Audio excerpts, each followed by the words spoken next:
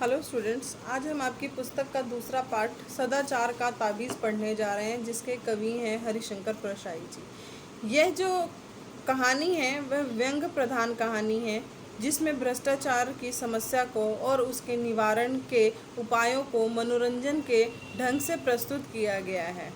कहानी में मनुष्य के बदलते हुए स्वभाव को देखा गया है तथा उनकी बदलती परिस्थितिवश तथा अपनी सुविधा अनुसार किस तरह इस कहानी को बदला गया है वह इस कहानी में हमें दिखाई देता है। चलिए अब हम इस कहानी को पढ़ते हैं। एक राज्य में हल्ला मचा कि भ्रष्टाचार बहुत फैला हुआ है।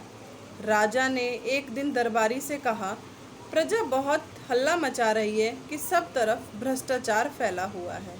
हमें तो आज तक कहीं दिखाई नहीं दिया। तुम लोगों को कहीं दिखाई दिया है तो बताओ। दरबारी ने कहा, जब हजूर को नहीं दिखा तो हमें कैसे दिख सकता है। राजा ने कहा, नहीं, ऐसा नहीं है। कभी कभी जो मुझे नहीं दिखता है वह तुम्हें दिखता होगा। दरबारी ने कहा, जी दिखते हैं, पर वह सपनों की बातें हैं। राजा ने कहा, फिर भी तुम लोग सारे राज्य में ढूंढ कर देखो कि कहीं भ्रष्टाचार तो नहीं है। अगर कहीं मिल जाए तो मुझे भी दिखाना, हम भी तो देखें वह होता कैसा है। एक दरबारी ने कहा, हजूर वह हमें नहीं दिखेगा। सुना है वह बहुत बारीक है, मतलब छोटा छोटा है। हमारी आंखें आपकी विराटता देखने की इतनी आदी हो गई हैं कि बारीक चीज़ें देख ही नहीं पाती हैं। हमें भ्रष्टाचार दिखा भी तो उसमें हमें आपकी ही छवि दिखाई देगी, क्योंकि हमारी आंखों में तो बस आपकी ही सूरत बसी हुई है। पर अपने राज्य में एक जाति रहती है जिसे विशेषज्ञ कहते हैं। विशेषज्ञ मतलब जो उस विषय के बारे में जानता हो। इस जाति के पास कुछ ऐसा अंजन, अंजन मतलब होता है काजल,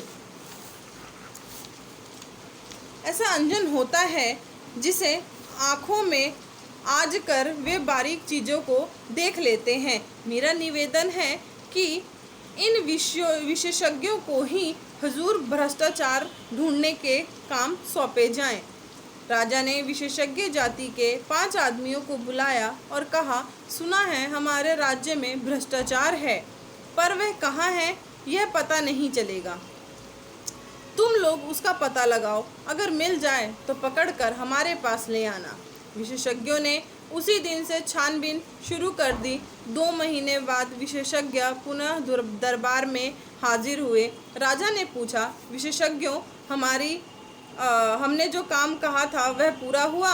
जी सरकार। क्या तुम्हें भ्रष्टाचार मिला? जी, बहुत सा मिला। राजा ने हाथ बढ़ाया, लाओ मुझे दिखाओ कैसा दिखता है। विशेषज्ञ बोला, वह स्थूल नहीं, सूक्ष्म है, अगोचर है, वह सर्वव्यापक है, उसे देखा नहीं जा सकता, अनुभव किया जा सकता है। राजा सोच में पड़ गया और बोला, विशेषज्ञों, तुम कहते हो कि वह सूक्ष्म है, अगोचर है, सर्वव्यापी है, ये गुण तो ईश्वर के होते हैं, तो क्या भ्रष्टाचार ईश्वर है? विशेषज्ञों ने कहा, हाँ महाराज, अब भ्रष्टाचार ईश्वर हो गए हैं।